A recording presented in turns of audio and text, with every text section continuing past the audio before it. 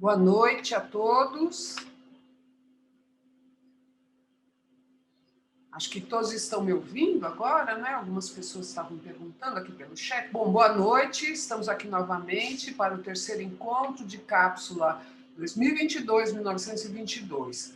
Novamente, nós contamos com a presença da crítica e curadora Lisete Lanhado. Eu vou passar rapidamente a palavra para ela, porque nós temos um longo trabalho pela frente, não é?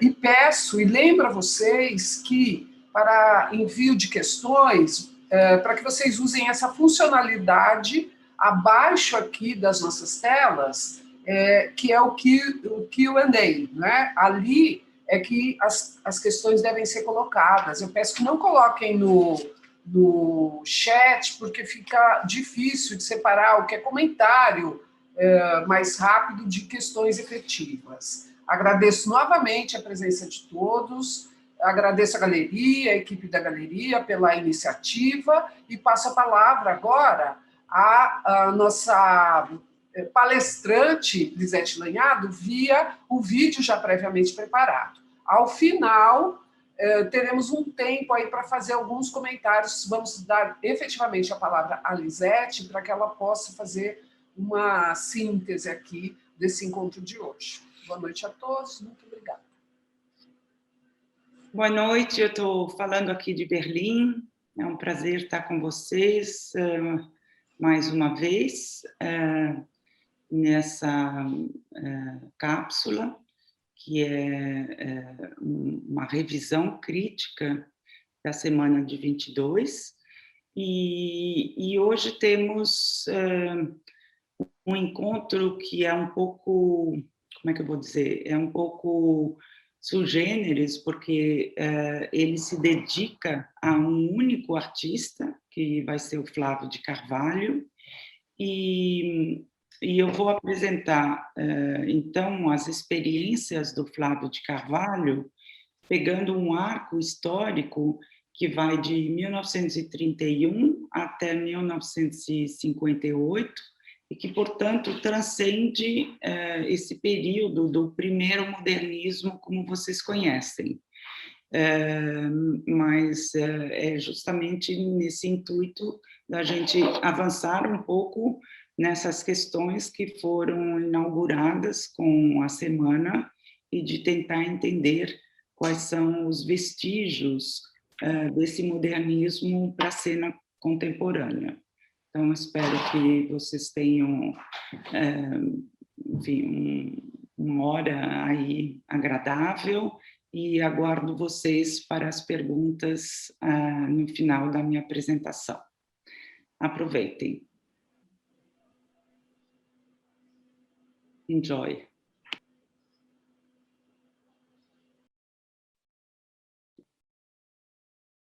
Bom, então, boa noite. Sou Lisete Lanhado e hoje é meu segundo encontro com vocês nessa cápsula 2022-1922, concebida pela Jaqueline Martins, junto com Mirtes Marins de Oliveira. Na minha fala de hoje, eu trago as experiências do Flávio de Carvalho para justamente identificar, né, no modernismo, o que a gente poderia chamar de um segundo modernismo, as promessas e as falências contra esse servilismo colonial, né, que Oswald de Andrade já estava denunciando, digamos, a partir dos manifestos dos anos 20. Como toda aspiração revolucionária, a semana de 22, vimos no encontro da semana passada, produziu frutos verdes. Até aí, isso é uma característica da vanguarda mesmo, né? Nossa revisão crítica, que é produção de conhecimento, ela está empenhada em dar, né, essa vertente ideológica 100 anos depois, né, com uma contundência maior. E a contundência maior que eu vejo eu localizo nesse auto-engano, né, de tomar por granted, né, como etapa superada, a independência do Brasil, porque a semana de 22 né, uma celebração ao centenário da ruptura com a coroa portuguesa, né? E daí que se pretende que o Brasil poderia, então, alcançar, né, ou reclamar o agenciamento de uma cultura própria, né? Só que para a elite do café, que é a classe que viabiliza a semana, e eu acho que, nesse sentido, a primeira exposição da Mirtes ficou muito contundente nesse sentido, né? Para a elite do café, nação civilizada equivale à nação industrializada, né? E, nesse sentido, fizeram vista grossa, né, obviamente, ao revisionismo da herança colonial, né? A gente viu também que o modernismo brasileiro alçou um voo, né, depois de 22, com a metáfora da antropofagia cultural, né, uma operação fundamental para a cultura brasileira, mas que também, naquela época, fica restrita ao simbólico, né, ou seja, à produção de linguagem, né, e que, nos estudos culturais dos anos 70 para cá, principalmente, a gente tem a responsabilidade, digamos assim, de contextualizar a apropriação cultural, né, que atravessa a história da arte universal, com operações poético e críticas importantíssimas, né, como Objeto V, como Ready-Made, mas a antropofagia não chega, digamos, aos estudos culturais à altura de conceitos desenvolvidos mais tarde por Stuart Hall, pensador caribenho, né, pelo conceito de hibridização, e o conceito de criolidade do poeta da Martinica, Edouard Glissant, né? E essa cultura própria se desenvolve, então, quer dizer, esse desejo de cultura própria se desenvolve usando o discurso da miscigenação e deixando ausente, né, os lugares de representatividade de todos, dessa pluralidade étnica que compõe, né, a população brasileira. Então, é importante sinalizar esses processos de inclusão social a partir, né, e na história do Brasil, quer dizer, isso se torna grave a partir da instituição do trabalho livre, né, o que faz que, justamente, hoje possamos olhar para o racismo como um fenômeno estrutural, né? Então, quando falamos de miscigenação, de signos atravessados por identidades multiculturais, temos o dever, digamos, de assinalar modos violentos de apropriação, de usurpação e verificar, né, a falácia da democracia racial, inclusive em nossos próprios discursos acadêmicos, né? E a revisão crítica desse mito, né, é inadiável por conta, justamente, do entendimento hoje de como as contradições desse modernismo contribuíram para a construção de um projeto nacional. Então, é à luz dessa crítica de um projeto nacional falido que eu estou falando hoje, né? Por que o Flávio, né? Por que o Flávio vai merecer um encontro único, né? Eu vou elencar uma série de razões, né?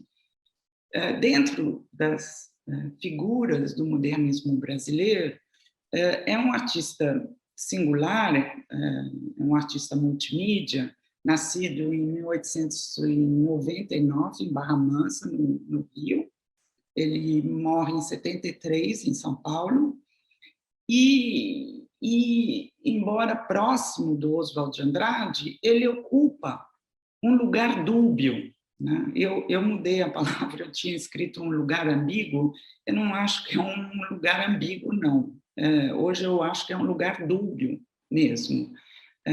Ele é autor de uma ampla produção teórica, vamos chamar de teórica, né? que vão em direção a perspectivas que transcendem os ideários modernistas. Por isso que eu acho que Flávio é um exemplo interessante para ser analisado, porque, embora ele pertença a essa matriz modernista, ele volta da Europa em 23, então ele já está logo ali, mas as perspectivas dele, né, são extemporâneas, né? É possível também ler o Flávio de Carvalho como um criador de boutados, né? Enfim, de brincadeiras, de ironias, né? Devido à excentricidade desse pensamento para a época, né? Então, com certeza, isso também lhe trouxe uma série de contrapartidas negativas, né? E é preciso lembrar que a cobertura jornalística da época já denunciava não só o Flávio, mas também Lazar Segal, né? Quer dizer, denunciava a plataforma modernista, fazendo alusão, né, a artistas comunistas e judaizantes, né? E isso é importante para a gente também não escamotear, né, o clima de discriminação e de revolta, né, e as dificuldades enfrentadas pelo Flávio, como também por outros artistas modernistas da época, né? Então, não era só o público da Semana de 22 vaiando, né? Mas havia também setores intelectuais extremamente reacionários. Isso é de suma importância a gente absorver, né, essa reação negativa e absorver isso dentro dessa reflexão, né? Mas o Flávio não dava ponto sem nó, né? É uma expressão que hoje eu acho que cabe perfeitamente para ele, né? Ele está no centro, né, do surgimento de várias instituições. Eu acho que eu comentei isso na semana passada, como o Museu de Arte Moderna em São Paulo, como a Bienal Internacional de São Paulo, ambas patrocinadas pela burguesia paulista, né? Mas o que nos interessa é que esses marcos nos ajudam a rastrear as primeiras tentativas de experimentalidade, ou seja, de dar um tônus experimental, né, inclusive para a dança e para o teatro, de romper, né, com um caráter tradicionalista da arte. Então, é isso. O Flávio, como os demais da sua época e da sua geração, foi educado na Europa, com estudos de engenharia e de pintura na Inglaterra, e o que vai distingui-lo, assim que ele chega em 1923, é o seu papel como agitador cultural, né? E um agitador cultural sui generis, eu diria, nos escritos de arte, porque ele especula, né, acaba levando a reflexão artística, né, para as bordas, né, para uma interdisciplinaridade, sei lá, tipicamente pós-moderna hoje, né, falando de religião, falando de sexualidade, etnologia, psicanálise, mas também estudando moda, biologia, mitologia, quer dizer, para um pensamento provinciano paulista, né, vigente ainda, é uma figura extraordinária, né? E assim, não posso deixar nessa introdução que eu estou fazendo, né, enfim, ele tem momentos altos e baixos, sim, mas nesses momentos importantes para a história, para a historiografia brasileira, eu citaria o apoio, né, o fomento à expressão visual de crianças e loucos, né, ele chega, inclusive, a planejar o Museu da Criança, e que faz ele, então, um interlocutor de pensadores na Europa, né, como Kaiowá, ou, enfim, depois como Pablo Neruda, ele se torna amigo do poeta Pablo Neruda, né, ele é um correspondente da revista Minuto na América Latina, quer dizer, é um cara que orquestra uma rede internacional de contatos absolutamente incomum para aqueles tempos, né? Ele, inclusive, bola uma entrevista, ele queria entrevistar o Freud, e que ele não consegue fazer, mas ele entrevista uma série de personagens de grande projeção naquele momento, né? Então, esse espírito inquieto e polimórfico, né, como pretendia ser a Semana de 22, é que, na minha percepção, ilumina, né, a revisão daquele período, né? Mas também, da mesma maneira que eu encontro no Flávio uma continuação, digamos, desse espírito inquieto e polimórfico, eu espero, até o final da minha fala hoje, também, né, colocar isso em perspectiva através dos estudos queer, feministas e decoloniais que temos à disposição. Então, daqui para frente, eu vou passar a compartilhar minha tela. Eu vou ver se eu já tenho, sim, eu já tenho autorização para fazer isso.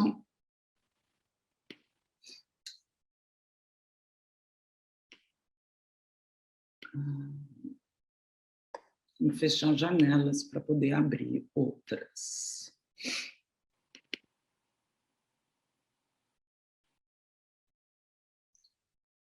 Bom, eu gostaria de passar agora numa revisão, primeiro, da fortuna crítica que existe sobre o Flávio, né?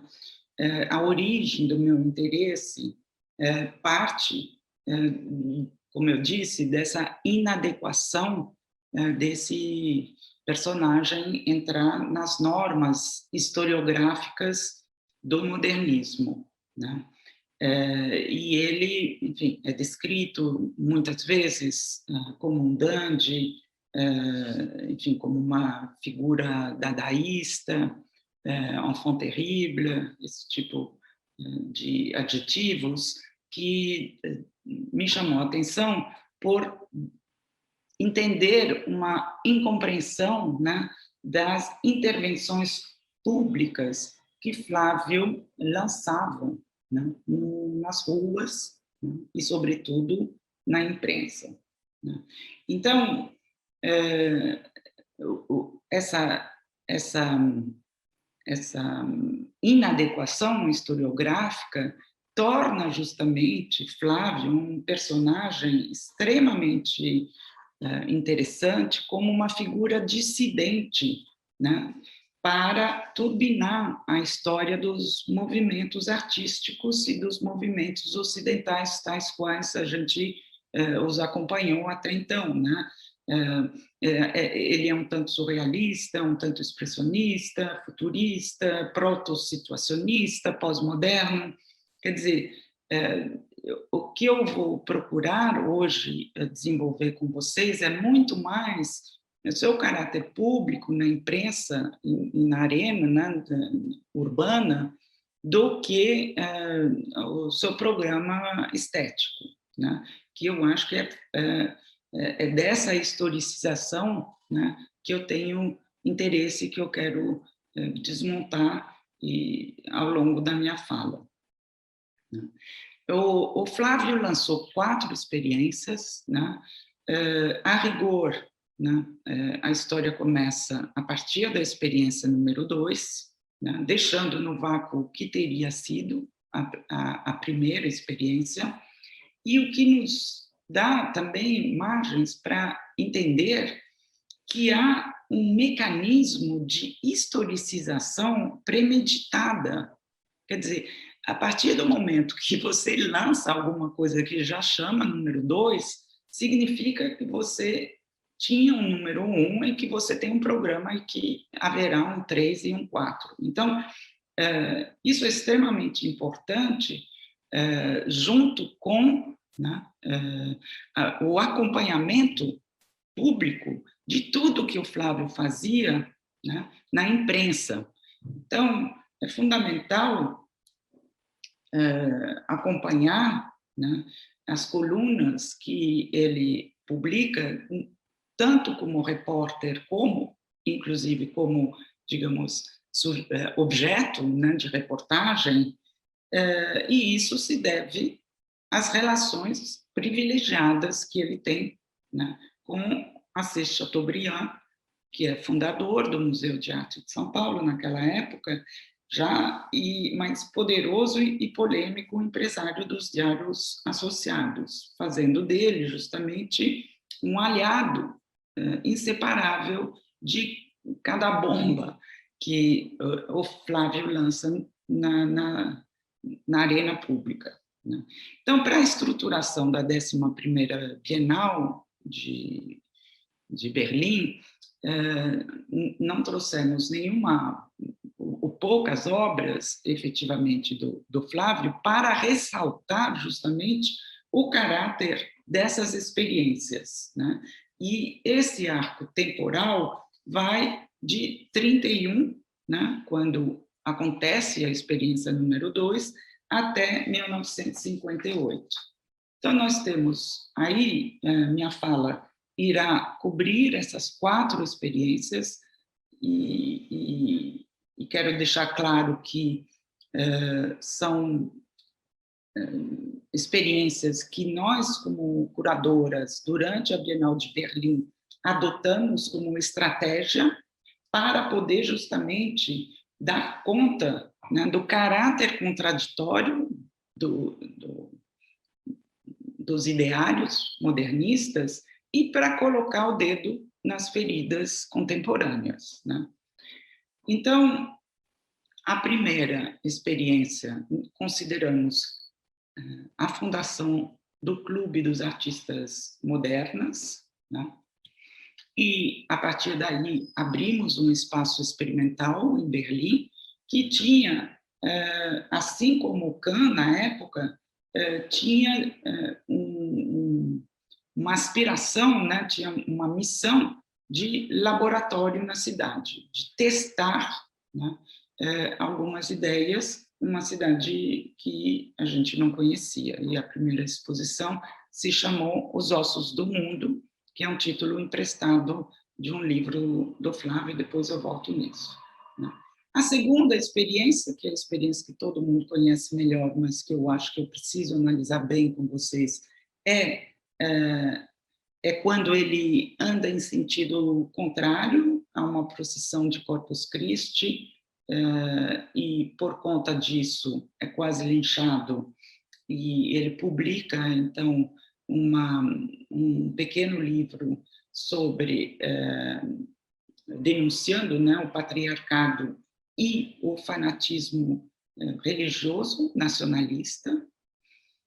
Depois temos o lançamento do New Look, esse traje para o novo homem dos trópicos, né, que marca também, isso é muito interessante, um ideário de dissidência, né, do corpo em relação aos padrões normativos do Ocidente. E a quarta experiência, que é a mais problemática, que é a expedição para a Amazônia, e que nos revela, né, em detalhe, os mecanismos de extrativismo colonial, né, hoje à luz, né, da reivindicação do retorno de muitas obras que estão em museus ocidentais. Né. Eu preciso dizer que essa terminologia de experiência em Berlim foi problemática na hora de encontrar uma tradução, né? No alemão, a gente tem, através do Walter Benjamin, uma distinção importante, célebre, entre Erfahrung, né, e Erlebnis, que dão duas ideias de experiência, mas nenhuma dessas palavras se presta à conotação de experimentalidade da arte brasileira ou latino-americana. Quer dizer, a gente não poderia chamar as experiências do Flávio nem de Erfahrung, nem de Erlebnis. Poderíamos falar de experiment, só que o experiment em Berlim, obviamente, nos remete quase que exclusivamente a uma reflexão em torno da eugenia do nazismo e levaria, portanto, toda a plataforma experimental do Flávio para uma acepção comportamentalista e behaviorista que não nos interessava, né? Eu só depois de publicar meu texto para o livro que saiu, que traduziu pela primeira vez em inglês e em alemão, então a experiência número 2, né, eu pude compreender o seguinte: na verdade, o Flávio faz uso do termo experiência nas duas acepções, né?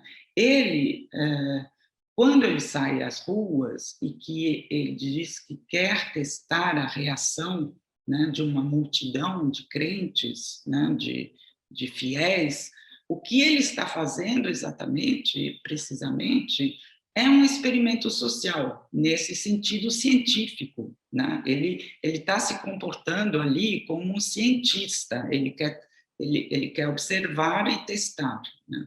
Mas, quando, depois dessa experiência, nós temos aí o Flávio escrevendo, o Flávio desenhando, né? Aí sim nós temos um artista elaborando a partir, né, de um material quase que ficcional, por mais que ele queira que seja objetivo, aí nós temos sim uma experiência artística. Então, eu acho que as duas acepções da experiência se mesclam no decorrer da descrição e da análise da experiência número 2. Né? Quando a gente pensa no Flávio, eu mostrei a primeira imagem, eu mostrei o livro, que é essa biografia do J. Toledo. Quer dizer, muitas vezes a primeira iniciação, né, no mundo flaviano se dá através da escrita dessa biografia, né? Mas a contribuição incontornável, eu acho, e trata-se de uma exposição que eu vi, a Bienal que o Walter Zanini fez em 1983, ou seja, 10 anos após a morte do Flávio, e que mostra ali todas as facetas, né, inquietantes, né, desse artista, enfim, esse artista multifacetado. E aí, do ponto de vista historiográfico, a gente tem que localizar as contribuições, né, do Luiz Carlos Gayer, falecido já, e do Rui Moreira Leite, que foi curador dessa sala especial na Bienal, e que é um dos maiores acadêmicos especializado em Flávio de Carvalho. Entre os poucos interlocutores que escrevem sobre o Flávio, eu não poderia deixar também de mencionar um outro intelectual, ou seja, uma outra aliança controversa, né, que é o sociólogo Gilberto Freire, que praticamente escreve todos os prefácios dos livros que o Flávio consegue publicar de modo independente. Mas, enfim, essa adesão entre uma espécie de tropicalismo aí do Gilberto Freire com o Flávio de Carvalho, isso dá um capítulo à parte, né? E é preciso dizer que a gente sabe muito pouco, né? Há uma quantidade de textos ainda inéditos, né, que estão, enfim, ainda aguardando, eu acho, uma pesquisa maior, né? É um cenário que começa a mudar de figura a partir de 1992, né, com a primeira constituição de um fundo Flávio de Carvalho no SEDAI, no Centro de Documentação Alexandre Eulário, da Unicamp, e que passa a adquirir alguns lotes de documentos do artista, né? Eu queria também dizer que eu sou muito grata ao artista e pesquisador Marcelo Moreschi, que para mim é um dos leitores mais instigantes do Flávio, e que me acompanhou durante o processo de conceituação da 11ª Bienal de Berlim, e que eu acabei conhecendo justamente por conta de sua pesquisa de pós-doutorado sobre as noções de arquivo e de experiência, né? Ele usa um termo muito interessante, que é de autodocumentação, né? O Flávio é um artista que se autodocumenta o tempo inteiro, né? E, nesse sentido, sim, vale lembrar, né, que a curadora Ana Maria Maia fez no Sesc Pompeia, se não me engano, em 2019, uma exposição chamada Arte e Veículo, que resgata com muita propriedade esse veio, né, da linguagem propagandística do Flávio, né? Então, temos aí um artista que não fica confinado no ateliê e que tem uma reverberação no tecido social, no tecido político, e que agrega, então, uma dimensão à qualidade pictórica, né? E que é uma dimensão, da mesma maneira, interessante, porque é uma matriz conceitual que antecede ao concretismo, mas é também uma matriz extremamente problemática, né? A primeira exposição que eu fiz, em que o Flávio ocupou uma centralidade, né, a primeira pesquisa de fôlego que eu fiz, aconteceu 10 anos atrás, quando fui convidada pelo pelo Museu de Arte Reina Sofia, em Madrid, e eu fiz a exposição junto com Maria Berrios. Ela cuidava do Chile, eu cuidava mais, enfim, da participação de artistas e arquitetos brasileiros. A exposição se chamava Desvios de la Deriva, Experiências, Travessias e Morfologias, né? E, naquela ocasião, em 2010, o que me interessava do Flávio? Me interessava uma figura que tampouco aparece na historiografia canônica, digamos assim, que é a figura de um arquiteto maldito que nunca ganhou concursos públicos, né?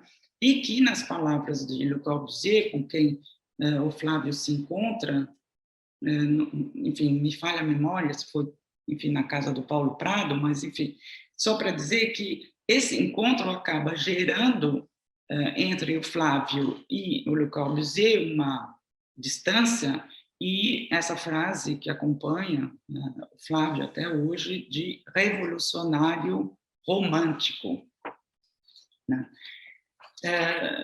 Então, sem entrar nos detalhes desse Flávio, arquiteto, né, a gente poderia contar uma história da arquitetura, né, que o colocaria quase que, enfim, em paralelo, contemporâneo, né, do Warchavchik. O Flávio, ele sofre a primeira derrota pública dele quando ele concorre em 1927 com um projeto para o Palácio do Governo do Estado de São Paulo. Ele usa um pseudônimo Eficácia, ele perde. E, enfim, a gente poderia talvez pensar que essa é a experiência número 1, né? E é uma experiência que já é um fracasso. E essa noção de fracasso me interessa, espero chegar lá. Um outro concurso que o Flávio vai perder, né, o projeto que ele manda para a construção do Farol de Colombo, né, na República Dominicana. A gente já vê aí uma linguagem híbrida, né, que mistura referências de várias civilizações, né? O Flávio era interessado da mesma maneira que ele podia vibrar, né, com as ruínas da civilização inca. Ele também, enfim, desenhava e projetava persianas para casas, persianas de alumínio para casas futuristas de São Paulo, né? Mas aí a gente já tem um problema, né? Na verdade, o Flávio manda aí um projeto para o Farol de Colombo, assim, sem considerar efetivamente que trata-se da celebração do descobrimento da América, né, e da cristianização do continente. Então, aí uma contradição profunda, né, desse arquiteto. Mas é um currículo muito rico, apesar de não ter construído nada, né? Acho que o Rui Moreira Leite fala de um arquiteto midiático, porque tudo, obviamente, era publicado, né? Acompanhado, como eu disse, na imprensa. Mas eu fui atraída pelos textos, né? Pelas participações do Flávio em congressos de arquitetura, né? Por esses projetos que ficaram no papel, e por uma espécie de psicogeografia, né, que é uma característica do situacionismo e que acompanha uma arquitetura performativa, pública e teatral, que eu vejo no Flávio, e que é, ao mesmo tempo, também o lado B, o outro lado da moeda, né, dos fracassos do Flávio, né? E quando eu penso em fracasso, eu penso também em abandono, né? Eu acho que o atual abandono da Fazenda Capuava, em Valinhos, né? Assim como a descaracterização do conjunto de 17 casas para alugar que ele lança, e que é das poucas coisas que o Flávio efetivamente consegue construir, se não me engano, aí o pai dele ajuda com dinheiro, ou financia, se não me engano, a construção desse conjunto de casas, né? Porque tem uma relação assim, também muito complicada entre pai e filho aí. Mas essa falência de projetos é extremamente rica também para a gente olhar o Brasil, né? Mas nessa fazenda, só para, enfim, trazer o lado social e mundano, nessa fazenda, prestem atenção também na piscina, que e o paisagismo é desenvolvido por ele, né? Nessa fazenda, o Flávio marcava encontros, recebia convidados ilustres, né? Teóricos, artistas, poetas, políticos de diversos cantos do mundo, mas também empresários, né? Então, é uma espécie de... Vocês tentam aí pensar num personagem vivo hoje que tem uma casa, uma fazenda, e que recebe políticos, empresários, artistas, poetas, etc. A exposição que eu fiz em Madrid, ela aprofundava essa noção de projetos interrompidos, né, ou falidos. Ela trazia também a Lina Bobardi, né, porque me interessava olhar através da lente de rotas perdidas. A gente falou na semana passada, né, de alternativas, né, que não vingaram. Então, junto com a Lina também, a gente percebe aí um olhar antropológico, né, que foi menosprezado pelo International Style, o modelo racionalista que Lúcio Costa e Oscar Niemeyer adotam, né, como meta civilizatória, né? Não esquecer que quando eu faço a exposição em 2010 é aniversário de Brasília, então eu trago aí uma matriz humanista através, né, dos escritos do Flávio, da Lina, enfim,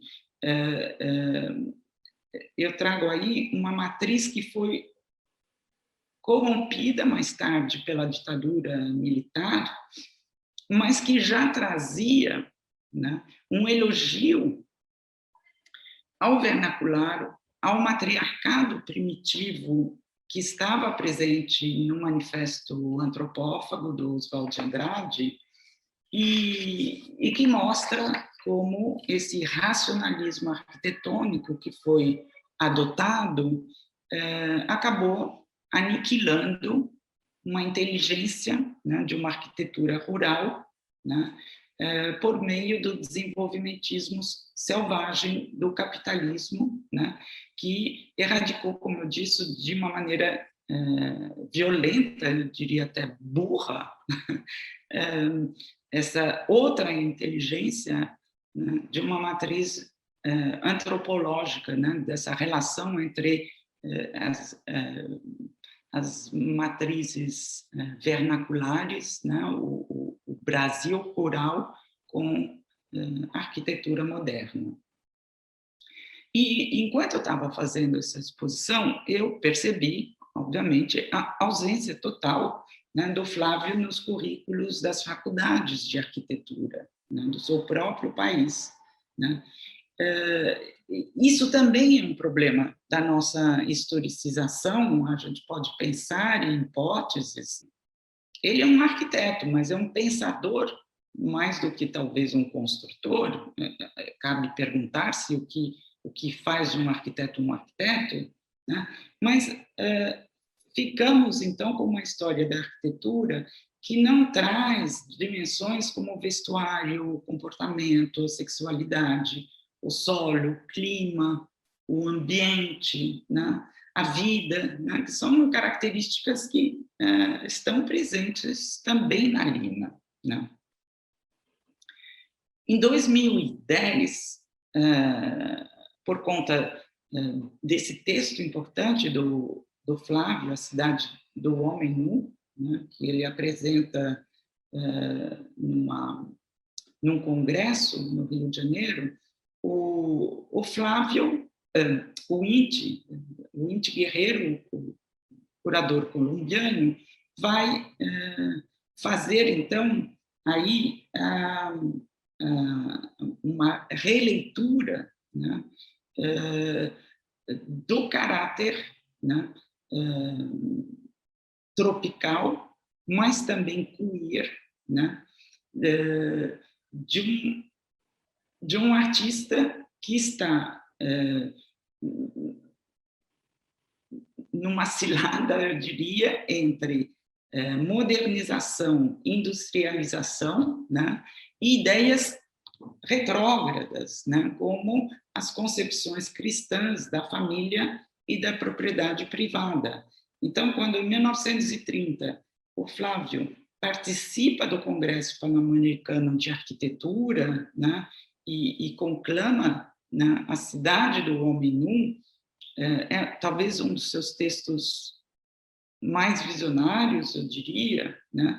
Ele está pensando numa cidade livre, sem Deus, nem propriedade, nem matrimônio, ou seja, um homem livre de tabus ocidentais, né? E isso torna esse texto, dá a esse texto a mesma grandeza, eu diria, só que numa outra disciplina, né, do que o Manifesto Antropófago, outros manifestos do Oswald, né? Porque ele é um documento anticolonial, né?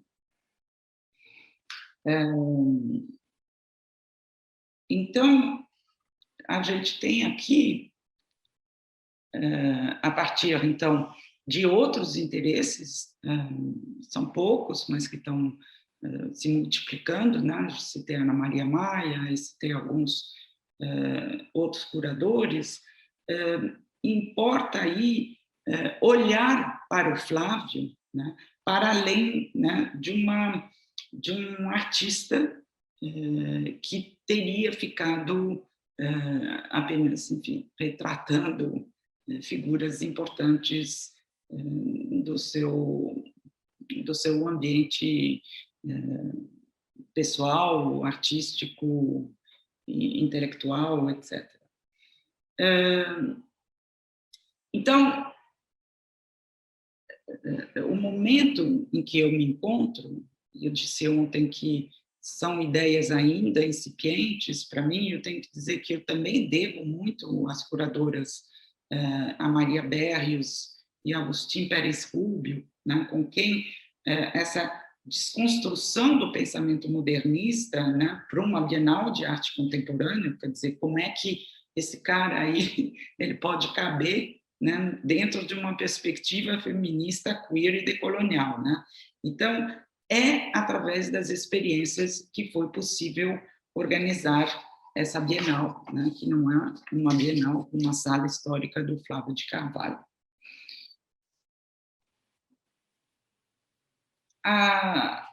Eu vou entrar agora na experiência em que eu vou descrever um pouco, né, a experiência em que o Flávio, a experiência número 2, em que ele atravessa, então, uma multidão de crentes, esse é o livro, né, que ele publica.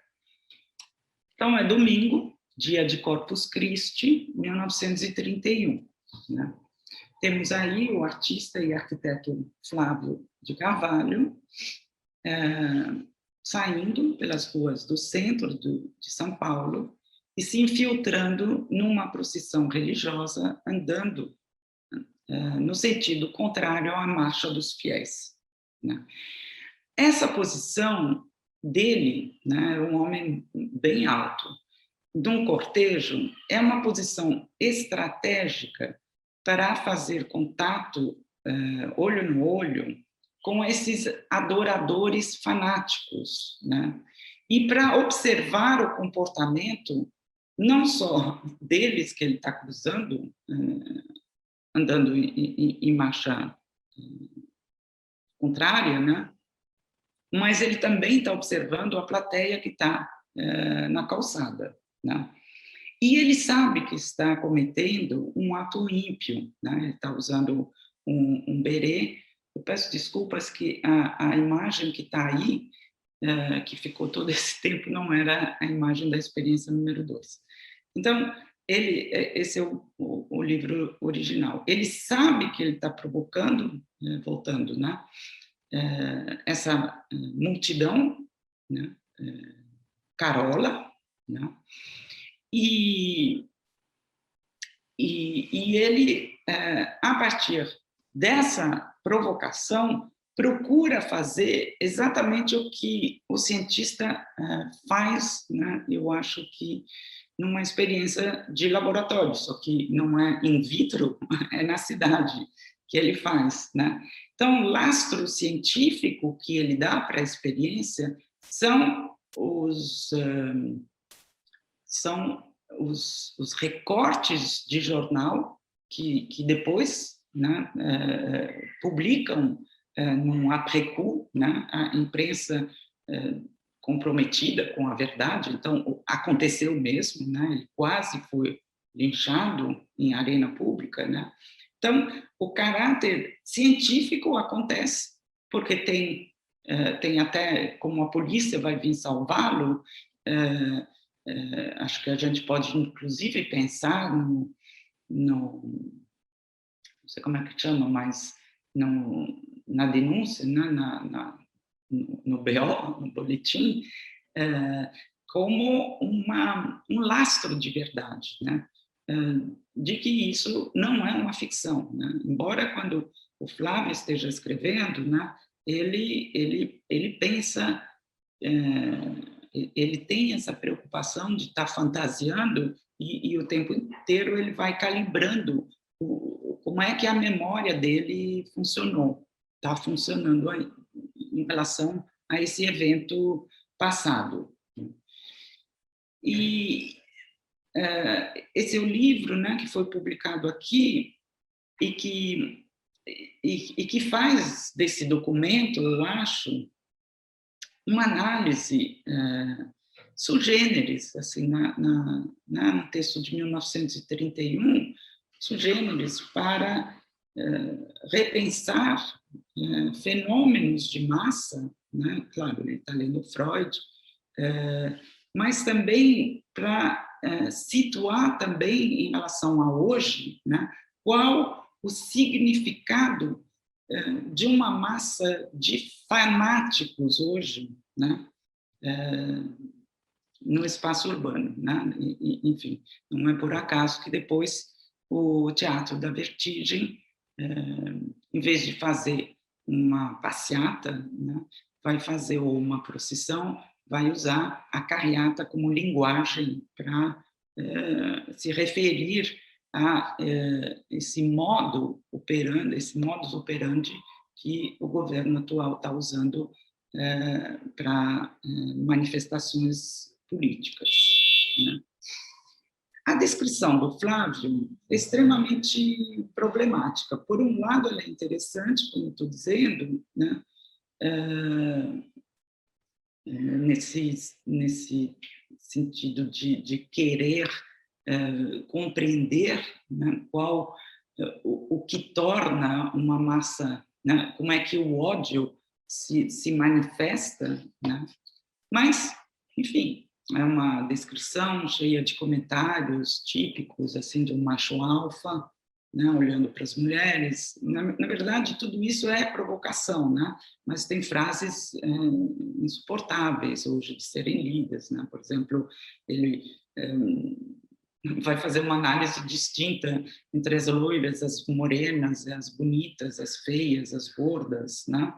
E essa arrogância vai permeando toda a descrição do Flávio, né? Então, tem, de fato, umas entonações behavioristas muito problemáticas, mas o que nos interessa nessa releitura da experiência é a pertinência de entender, né, uma descrição de uma manifestação de ódio que vai tomando todas as pessoas, né?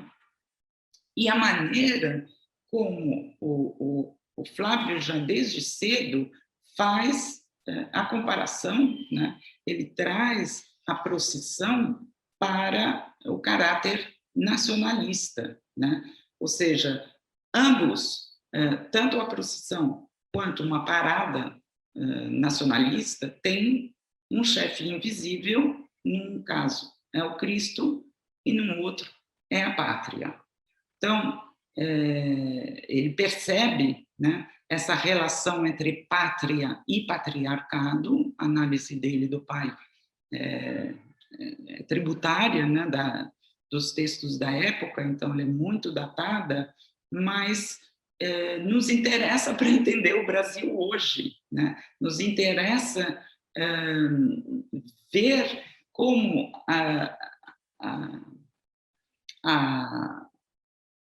como que diz? A origem, né, semântica de pátria e de patriarcado, né, que não funciona muito bem aqui, né, seria Fatherland, né, de como o patriarcado e a pátria estão articulados juntos, né.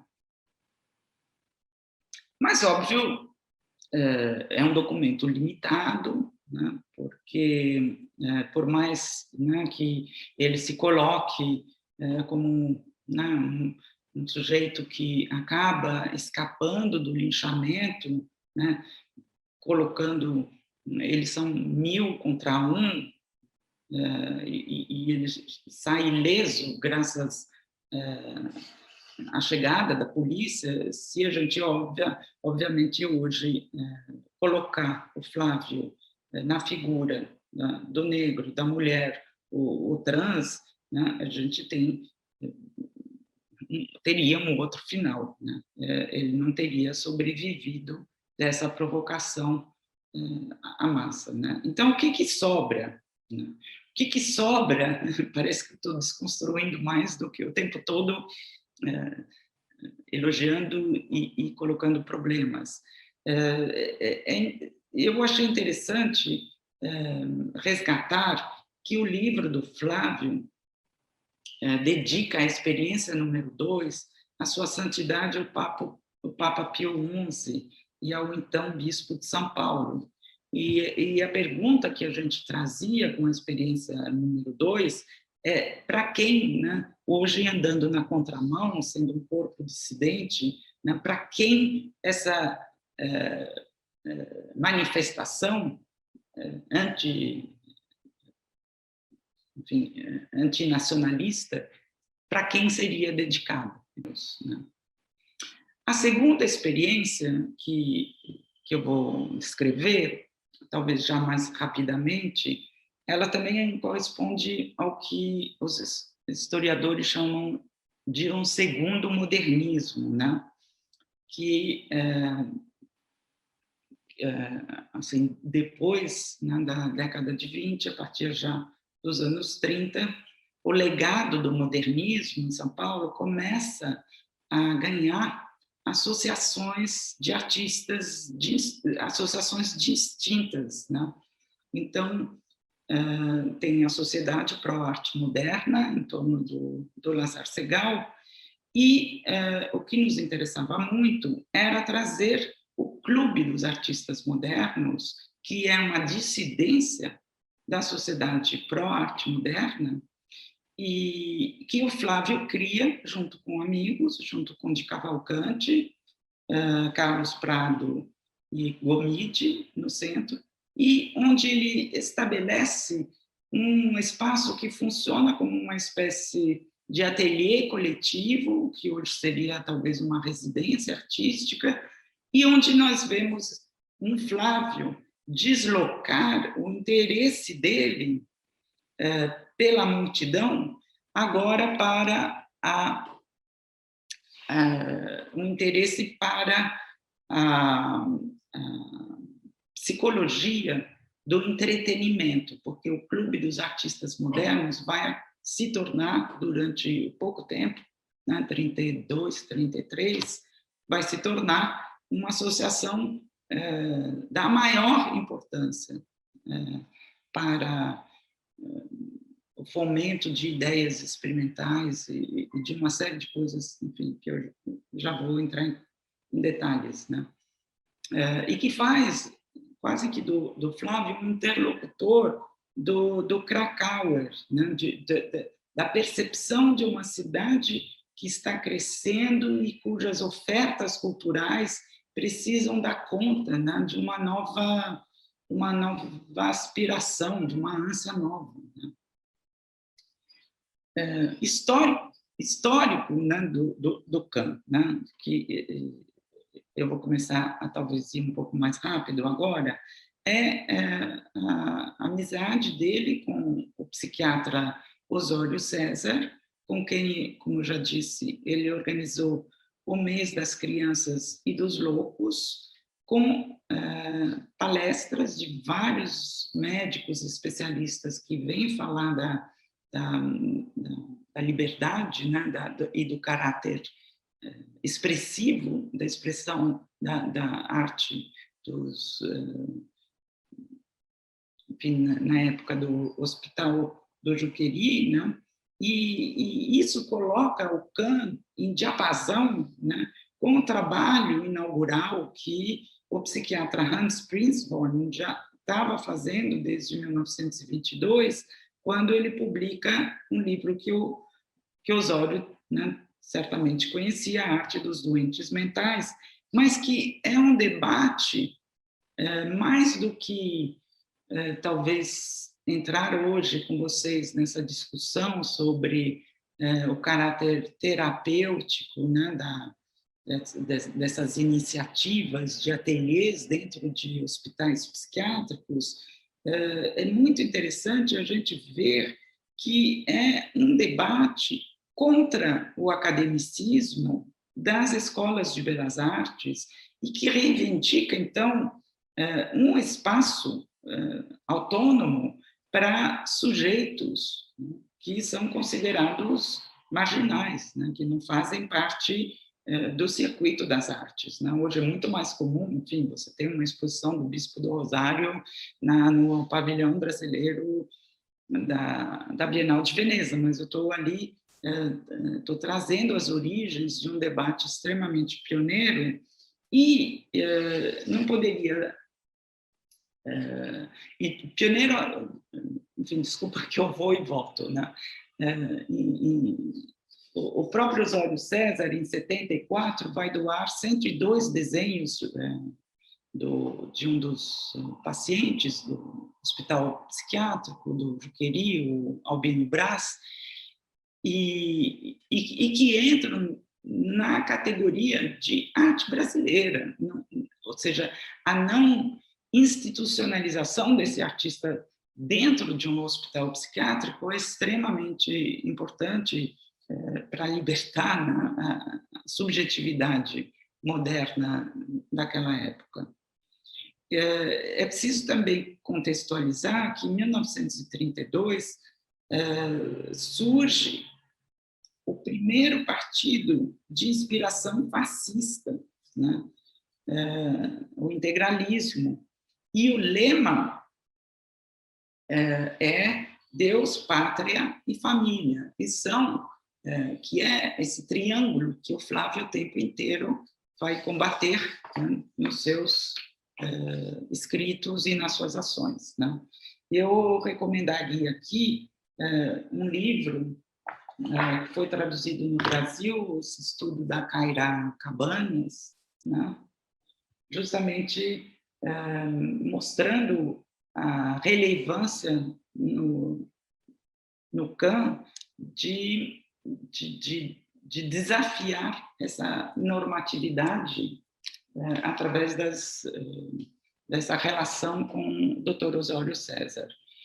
Mas o CAN também foi onde houve a primeira exposição, né, da artista, que é um ícone da arte alemã, Käthe Kollwitz. E importante para nós é que Mário Pedrosa profere, né, já era afiliado ao Partido Comunista, ele profere a palestra Käthe Kollwitz e seu modo vermelho de perceber a vida, né?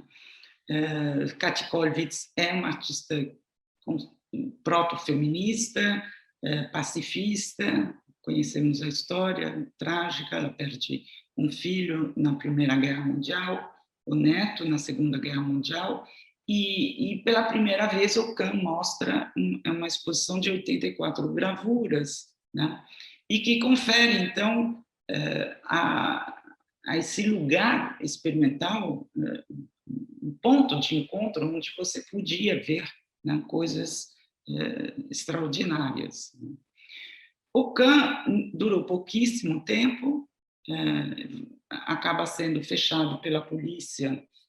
A gente tem um Flávio ausente do currículo das faculdades de arquitetura e um Flávio ausente também, né, do currículo teatral, embora tenha sido ele que tenha fundado, né, criado o Teatro da Experiência a partir de uma peça bailada que ele escreve, O Bailado do Deus Morto, né? É uma peça cantada, falada, dançada.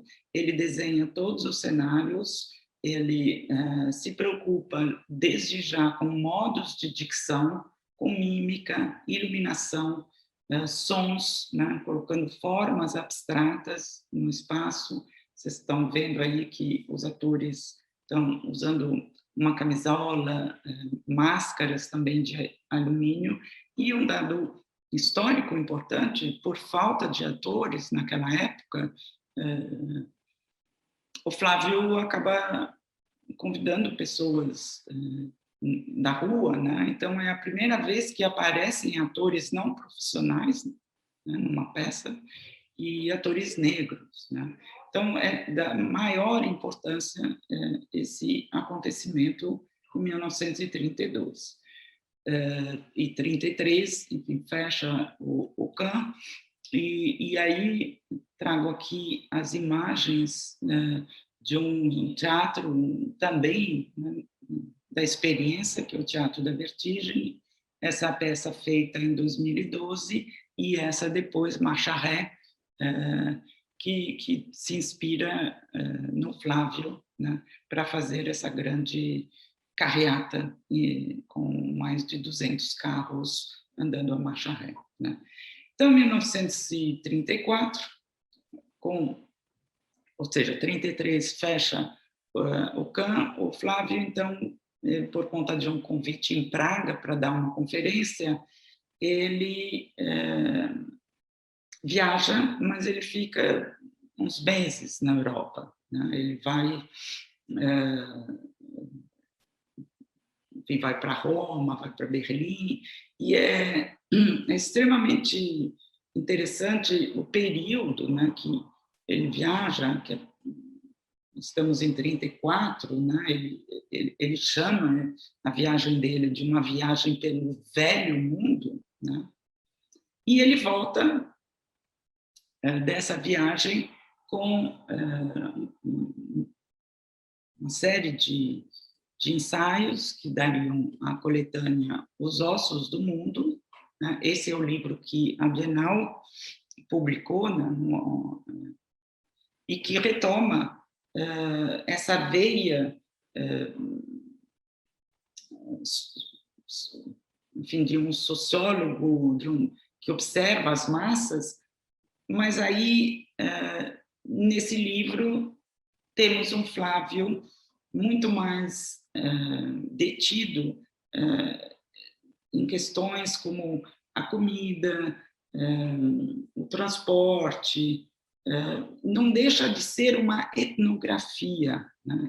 Eu quero trazer essa palavra desde já para introduzir o desdobramento, né, dessa questão, desse olhar, dessa auto-etnografia, self-ethnography, que ele faz ao viajar pelo velho mundo e publicar na volta esse livro, essas considerações sobre outros povos, né, que chegam até considerações sobre a relação entre a qualidade do papel higiênico e a relação que a figura que determinados povos têm com o seu ânus, né? Muito engraçado isso, né? E aí, rapidamente, só para mostrar como ativamos o CAN, o Clube dos Artistas Modernos do Flávio, em Berlim, um ano antes de abrir a Bienal. Aqui a coreógrafa congolesa, que infelizmente morreu este ano, Dorine Moka, e é isso, enfim, a pertinência a gente passa, digamos, da garçonnière, né, para o clube dos artistas modernos, e isso me parece um dado mais contemporâneo do que moderno propriamente, né? Eu chego aqui à experiência número 3, né, que é a moda e o novo homem. É um outro capítulo da vida do Flávio. Para certos historiadores, talvez seja um dos capítulos mais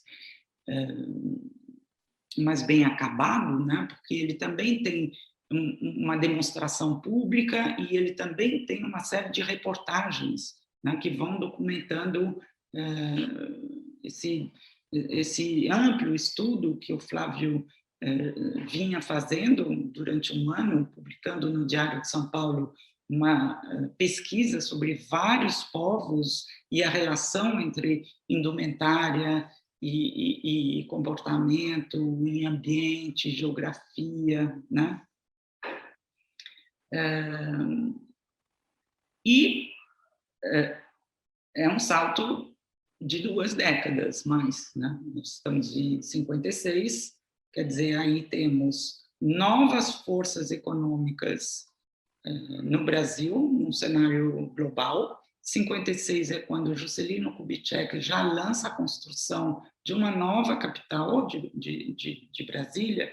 Então, temos aí um horizonte de promessas em paralelo, e Flávio desvia, digamos, as atenções, né, para a construção dessa capital, colocando aí um símbolo antissexista, a primeira minissaia masculina, né, mas, mais do que isso, né, importante para os estudos queer e tal, a saia, importante localizar que a crítica à vestimenta é uma crítica que se apoia na herança da colonização, ou seja, o terno e gravata, né, são ornamentos que herdamos, é uma indumentária que herdamos, né, de um padrão colonial e que faz o Flávio ir além, né, dessas considerações simplesmente da construção de uma nova capital, mas tentando formular e indagar e questionar e desafiar que novo homem seria esse, né, para uma nova capital. Bom, e aqui a gente vê muito bem, né, bom, primeiro, como era alto, e segundo, essa dissidência, né, esse corpo dissidente em relação ao terno e à gravata, né, a importância decolonial que podemos ver nesse gesto público. E vejam bem, né, se o Flávio nasceu em 1899, ele está com 57 anos, não é exatamente um adolescente que está performando num espaço público. E agora eu chego no último capítulo, que eu estou chamando da derrocada do homem branco.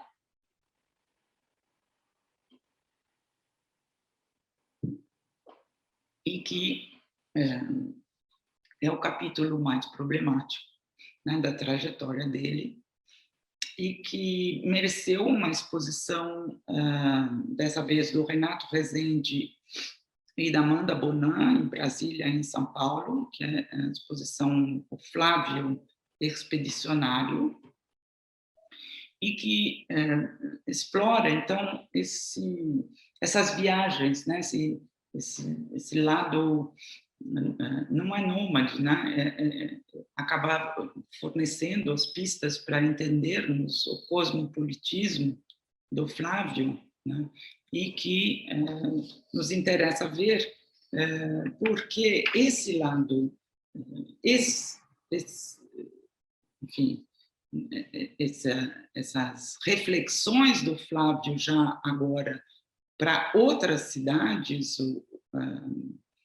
nessas viagens e expedições que ele tenta, algumas acabam acontecendo, outras não, né? No rio Araguaia, no afluente do Tocantins, a expedição não dá certo, né?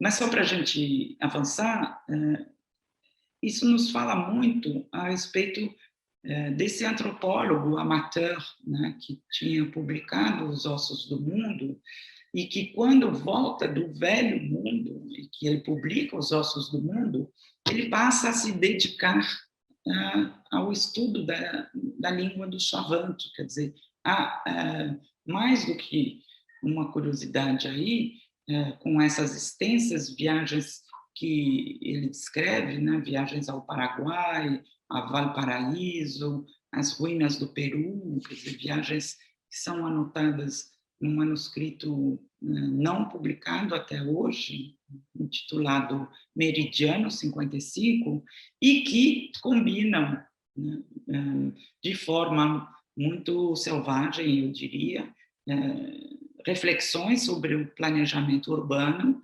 arquitetura, biologia e psicologia, né? Então, esse interesse genuíno do Flávio em estudos psicoetnográficos não acontece sem, vamos lembrar da primeira imagem que eu mostrei, né, sem o apoio essencial, né, do Assis Chateaubriand, que patrocinava essas viagens, né?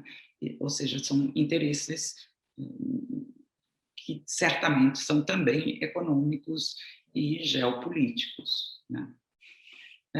Então, nessa última parte da minha apresentação, eu trago uma das sedes que a Bienal abriu, que era o Gropiusbau, e que, assim como o KV foi a anti-igreja, né, com a experiência número 2, no Gropiusbau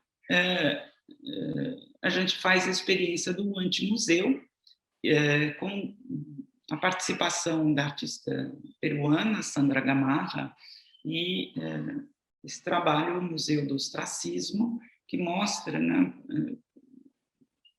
como trompe-l'œil, imagens e reproduções de artefatos, objetos pré-colombianos, e por trás a terminologia usada para derrogatória, para se referir, né, aos povos primitivos, né, esses povos que o Flávio, na sua aspiração como antropólogo, etnólogo, né, espera, nessas expedições, poder se aproximar de outras civilizações, né? Então, essa quarta experiência, em que ela consiste? Ela é uma experiência que ele bola com muito tempo de antecedência, de novo, com o apoio, né, da imprensa, colocando uma propaganda, e eu vou ler com vocês, para procurar justamente duas atrizes que fariam os personagens de um filme que ele queria rodar na Amazônia, né? Então, procura-se urgente para a protagonista de filmagem em cores nas selvas do Alto Amazonas, uma jovem livre e emancipada de 20 a 25 anos, esbelta, alta, loira, olhos azuis, cabelos compridos, sendo possível o tipo parecido, esportiva e bonita, para tomar parte numa importante expedição de estudos e cinematográfica no Alto Amazonas durante o período de 4 a 5 meses. Ou seja, quer dizer, não temos nenhum indício nessa experiência, nessa expedição, de o que move, né, o Flávio a ir para a Amazônia, E o que, assim, além desse filme, né, o que move, né, esse artista a se colocar numa situação de extremo risco, né? Eu preciso lembrar que na época se ia e não se voltava, né? E o J. Toledo vai contar isso na biografia, recheando a descrição com muitos detalhes, né? Mas, sobretudo, deixando muito claro que o noticiário borbulhava, né?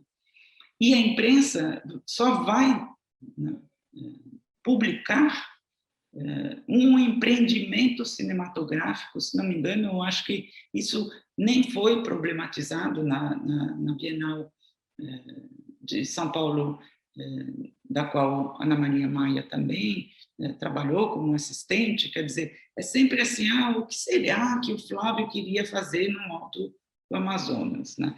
Eu tenho cá comigo uma suspeita, a partir, óbvio, de pistas, mas não posso afirmar isso de uma maneira contundente, mas para a Bienal de Berlim isso foi importante, de que esse filme é uma cortina de fumaça para a próxima empreitada do Assis Chateaubriand, que seria um museu de etnologia, né?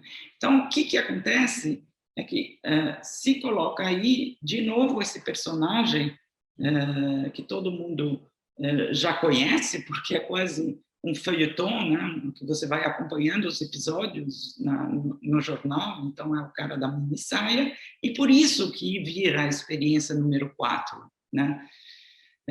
Porque a imprensa vai atrás, né, dessa narrativa. E isso é muito interessante, porque a única imagem mesmo que nos interessou mostrar, em termos de etnografia inversa, né, de que maneira, nessa imagem, que eu não saberia dizer se é do Raymond Flaschmund ou se é do Flávio, tentamos localizar na autoria, mas aí você tem o dedo apontado para o branco, né? E, nesse sentido, aqui entendemos perfeitamente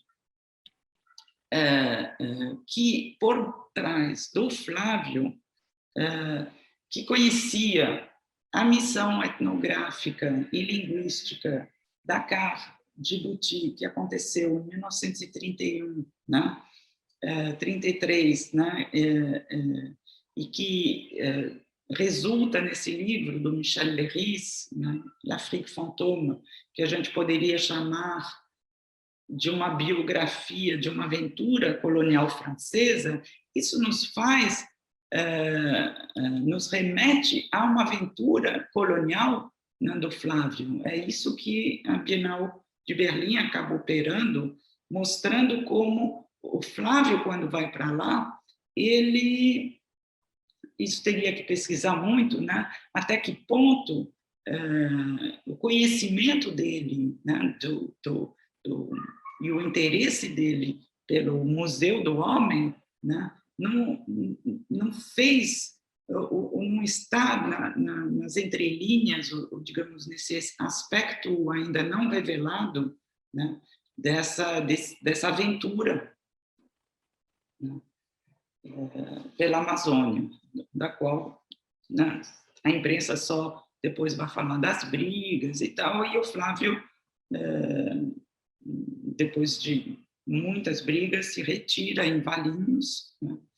E mesmo o semidocumentário ficcional, que seria em torno dessa jovem branca raptada por uma tribo indígena, toda essa pesquisa, né, que não é uma pesquisa artística somente, eu quero dizer, é uma pesquisa etnográfica, né? São 48 rolos de filme Kodachrome, né? E acompanhado, enfim, de descrições horrendas, né? O Flávio não tem o menor conhecimento como etnógrafo, né, o antropólogo, desses povos, desses contatos que ele está fazendo, né, então escrevendo que eles se comportavam como macacos, né, é muito grave esse momento em que chegamos aí, né. Então, rapidamente, agora, na Bienal, o coletivo Mapa Teatro fez uma instalação ambiental, mas trazendo essa temática da ciência expansionista, né, da etnografia, que, na verdade, tem interesse apenas em cartografar, identificar, classificar e catalogar o mundo, né? E isso até os outros planetas, quer dizer, a chegada na Lua, agora em Marte, né? Então, do quanto essa expansão colonial, expansionista, imperialista, né? Ela vai além, né, da própria Terra. Então, com isso, já estou quase terminando, já terminado, voltando apenas à questão do Museu Nacional, né? E dessa imagem iconográfica, icônica, já estou cansada de novo, dessa imagem icônica de um meteorito, né, que é dos poucos sobreviventes do incêndio do Museu Nacional. Com isso, com essa noção de deslocamento de artefatos, o próprio meteorito, obviamente, saiu de um lugar, saiu do sertão da Bahia para chegar, né, no Museu Nacional. Então, a Bienal acaba lançando um debate dessas coleções transnacionais, né, que são feitas a partir, né, dizem, de presentes entre reis e visitantes, mas que são, na verdade, compras forçadas, né, para não dizer, às vezes, enfim, são culturas pilhadas, né, e que, e aqui eu trago uma performance da artista do Benin, Pelagie Baguidi, né, intitulada Zone de Troc, ou seja, zona de troca, em que, depois da desmontagem da instalação dela, que trouxe animais empalhados do Museu Tervuren, do Museu Real, né, da Bélgica, e mostrando como esses animais sem sepultura foram encontrados em depósitos de museus coloniais, e aqui ela faz essa performance fechada, ninguém assistiu, isso ficou simplesmente uma relação dela com a alma dessas entidades, né, desses corpos violentados, estão em depósitos e depósitos, e que depois da desmontagem voltava então para Bruxelas. Então ela faz uma espécie de cura, né, eu diria, uma espécie de cerimônia de cura em que ela explica, né, para Iena, no caso, o que vai acontecer com ela e que ela vai voltar para Bruxelas. Eu queria terminar com uma citação do Michel Leiris, que abre o relatório de Felwine Sarr e de Benedictus Savoy, nesse relatório de restituição, né, dos objetos, artefatos e obras de arte pilhados, né, durante a colonização. Então, eles começam com Michel Leiris e eu quero terminar com Michel Leiris. Abro aspas. Saqueamos os negros sob o pretexto de ensinar as pessoas a conhecê-los e a amá-los, ou seja, no final, a treinar outros etnógrafos que também os amarão e saquearão, né? Então, esse é o pretexto. Então, com essas últimas observações, né, chegamos ao momento em que não se fala mais simplesmente de um projeto humanista que falhou, ou um projeto utopista, utópico que não deu certo, mas trata-se de compreender, agora sim, a falência é diferente, né? A falência de um ímpeto libertador moderno para constituir uma plataforma descolada da matriz europeia, sem entender a sua inserção na dinâmica da violência do capital, né? Então, muito obrigada, espero que tenham conseguido acompanhar essas linhas até o final e aguardo as perguntas. Muito obrigada, Lisete. Acho que essa tua fala só mostra o quanto ainda temos que pesquisar sobre Flávio de Carvalho, né? Muitos detalhes, muitas passagens que ainda precisam de esclarecimento e, claro, articulação e articulação crítica. Eu vou ler as perguntas para que você possa comentá-las.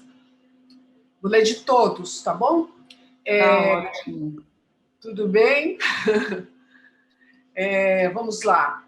Primeiro, o Caio, que não é o Caio aqui da galeria, né? É o outro Caio, fez uma série de perguntas. Eu vou ler na sequência todas dele, depois eu vou voltar para outras que foram, que entremearam aqui o material dele. Então, primeiro, vou me restringir. Opa, desculpe, estou lendo no lugar errado.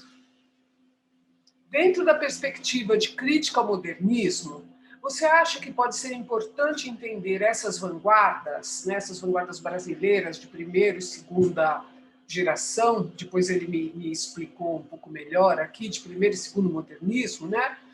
Como podemos entender essas vanguardas como uma tradição de formação artística acadêmica contemporânea? Então, acho que já tem uma crítica aqui embutida na questão dele. Pedi para ele esclarecer e ele aí colocou uma outra camada. Primeiro e segundo modernismo, como ele está se referindo a essas vanguardas que ele está dizendo é o primeiro e segundo modernismo, né? No Brasil, assim como manifestações ligadas ao tropicalismo, como os trabalhos de Elliot Sica e Lygia Clark. Vamos lá. Aí o Caio mandou mais uma, ele está nos falando que ele se restringe então a esse cenário, mas poderia talvez aglutinar aí, trazer, alinhar com as vanguardas europeias. Aí ele manda uma última pergunta, um pouco dentro do contexto, claro, da tua fala, mas outra questão. Você acha que as favelas podem ser entendidas como uma manifestação de uma arquitetura humana? Agora eu vou passar a pergunta da Regina. Olá, Regina, boa noite. A Regina, antes, ou melhor, quando você falava, então, da falta de interesse, vamos chamar assim, de estudar, por estudar o Flávio nos cursos de arquitetura, ela afirma, a Regina é uma professora da área de moda. É realmente curioso que Flávio de Carvalho não seja estudado como arquiteto, mas que seja quase obrigatório nos currículos das escolas de moda, né? A Regina atua nessa área há muitos anos, então, portanto, ela está falando ali de um lugar que ela conhece bastante. Por fim, tem um comentário da Mônica Nada. Opa, desculpe, Minerini. Minerini fez mais uma questão aqui. Lisete, você articula como quiser, agora que eu vi. Uma contribuição para ampliar a incerteza sobre a experiência número 1. Ele está aqui dando, né, uma pista. Encontrei em algum lugar a informação de que ele simulou afogamento na piscina da casa de um amigo, isso na década de 20, o que chamou de experiência número 1. O problema é que perdi a fonte documental dessa informação. A Lisete, com certeza, vai lembrar de onde essa informação vem. E da Mônica Nado, a Conca, aqui presente, né? E que pergunta exatamente como era esse contato com os negros. Certamente, todo o contexto, Flávio, negros, eu acho que no fim você caminhou para alguma para essa situação, mas ela ali no meio da palestra, da tua fala, ela localizou essa questão dessas relações, e se você puder falar alguma coisa. Acho que são essas as questões, eu vou fechar aqui o Q&A para você falar. Obrigada, Mirtes, por ter feito, enfim, esse panorama todo das falas, e obrigada às pessoas que eu estou reconhecendo agora. A Regina acho que já estava bastante presente na fala anterior, Mineirinho também. Bom, eu vou tentar responder todas, vai ser, acho que, um apanhado talvez um pouco superficial, mas lembrando que tem mais um dia com você, Mirtes, e que qualquer coisa eu posso te enviar, enfim, pensamentos que podem surgir assim durante a semana. Muito obrigada. Obrigada. Em relação à questão das vanguardas, né? Sim, eu acho que a gente tem que, a partir do momento que a gente está aqui fazendo essa releitura, essas vanguardas passam a ser tradição, né? Então, é nesse sentido que esse processo que a gente está fazendo torna essas vanguardas, como foi dito um pouco nessa pergunta, quer dizer, um processo de formação. Não sei se está bem formulado na pergunta, mas eu quero dizer que sim, eu quero dizer que essas vanguardas servem de substrato, digamos, para a gente compreender, né, os desdobramentos através da história, e hoje isso faz, eu chamo de tradição, embora não sejam eventos tradicionais, eles são eventos disruptivos, eles são eventos de ruptura, né? Mas hoje a gente olha para isso como fatos históricos, né? Também muito interessante essa lembrança de que na moda o Flávio tem um lugar garantido, ele não tem como arquiteto, ele não tem na Escola de Artes e Dramáticas, quer dizer, quando eu trabalhei com o Teatro da Vertigem, para eles já tinham ouvido, claro, eles conheciam o Flávio, mas assim, a importância do Flávio, do teatro, da experiência, isso tampouco tem uma presença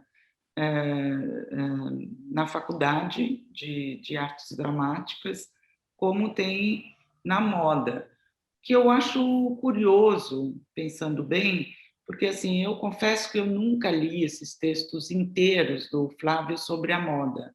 Eu começo a ler e daí ele parte assim para um tipo de comentário antropológico, etnógrafo, daí você não sabe o quanto isso está sendo contaminado por enfim, por um espírito, primeiro, por uma bibliografia behaviorista, como eu já falei, mas também darwinista e também eurocêntrica. Então, o que me interessa do Flávio na minissaia, por exemplo, embora a minissaia tenha, sei lá, a gola, é uma gola do tempo da monarquia francesa, ele inclusive explica isso, quer dizer, a roupa de tropical ela tem muito pouco, a não ser que é uma minissaia. Mas me interessa o traje como um gesto dissidente em relação a uma norma eurocêntrica, em relação à indumentária. Então, eu não sei como é que o Flávio é estudado na faculdade de moda, eu acho interessante que seja, mas também eu acho que é recheado de reflexões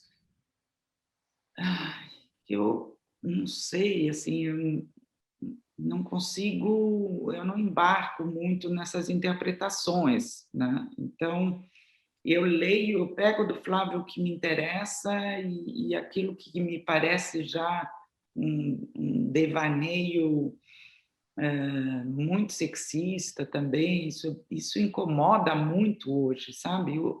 Hoje não dá mais para a gente ler certas coisas como, sabe, fazendo esses filtros e escolhendo só aquilo que nos interessa, né? Então, a gente vai desistindo também. Então, eu trago já a intervenção de uma pessoa que lembra da Madame Satã, muito bem lembrado, inclusive tem a Rio da Rista do lado, quer dizer, do lado, em Campinas. Então, tem Luz del Fuego, né, no Rio de Janeiro, quer dizer, eu continuo dizendo, eu acho que, primeiro, o Flávio teve o apoio do Assis Chateaubriand, então o que a gente sabe dele é porque a, a assessoria de imprensa dele, digamos, era muito competente, e o que a gente não sabe dos demais é justamente o que a gente está fazendo aqui, que é um trabalho de autocrítica e de perceber, né, o quanto essa parcela da população negra, pobre, foi alienada desse processo, né, de inclusão na constituição cultural. Quer dizer, a gente está falando aí de uma hibridização, mas justamente eles, né, não estão presentes. E isso é o que a gente tem que fazer. Então, não é uma celebração propriamente da semana que a gente está fazendo, eu acho que muitos eventos daqui para frente vão fazer, isso vai se multiplicar, mas eu acho, Mirtes, que o convite que você me fez e a troca que tivemos foi justamente assim, a partir de coisas que estão acontecendo no Brasil nesse momento, que são da maior gravidade, e a partir, inclusive, de traduções de autores recentes, quer dizer, eu não consigo lembrar, quer dizer, onde eu estava na faculdade, que eu estudei ciências sociais, inclusive na USP, quer dizer, na época que eu estudava ciências sociais, a gente está começando, de fato, agora, a ter uma bibliografia, né, a ler a Audre Lorde, a ler o Fanon, né? Quer dizer, esse processo de decolonial, ele não vai acontecer por um passe de mágica, né? Uma coisa que o próprio Fanon fala num texto de 1961, né? E não vai acontecer, não sei se a pandemia vai ajudar nesse sentido, não vai ser um acordo de cavalheiros, como acontece na Bienal de São Paulo, né, que as coisas são encaminhadas dentro, enfim, de uma coisa que a gente conhece na Casa Grande Senzala. Então, eu tomei esse convite que vocês me fizeram como um estopim mesmo, para não ter nenhuma benevolência, sabe? Assim, eu não estou descaracterizando de novo, né, a qualidade desses artistas, mas me incomoda a gente pensar essa história simplesmente do ponto de vista celebratório, né? E para falar, aliás, dos monumentos, porque na semana passada creio que isso causou um certo incômodo, né? Eu trago a notícia muito fresca aqui de que o Humboldt Forum, que ia ser inaugurado o ano passado, não foi, ia ser inaugurado esse ano, e ainda, enfim, por conta da pandemia e por conta também de problemas financeiros, essa empreitada ambiciosa até agora só se deu virtualmente, mas hoje tem a notícia de que os bronzes do Benin, que estão na coleção do Humboldt Forum, no Museu Etnológico, vão retornar para o Benin e que ficarão em Berlim apenas, enfim, a apresentação de réplicas. Então, eu acho que entre o questionamento de monumentos que ferem, né, a integridade de povos que foram dizimados, entre a integridade de culturas que foram pilhadas e que agora estão vendo, pouco a pouco, o retorno, né, dessas peças importantes, até para o próprio culto, né, dessas culturas, né? Tudo isso, acho que faz parte dessa revisão crítica. E eu acho que, nesse sentido, o Flávio extrapola esse tempo, porque a gente já chega aí quase que no começo dos anos 60, por isso que eu digo que ele é interessante, porque ele fica interessante até praticamente em seguida você vai ter um movimento concreto, né?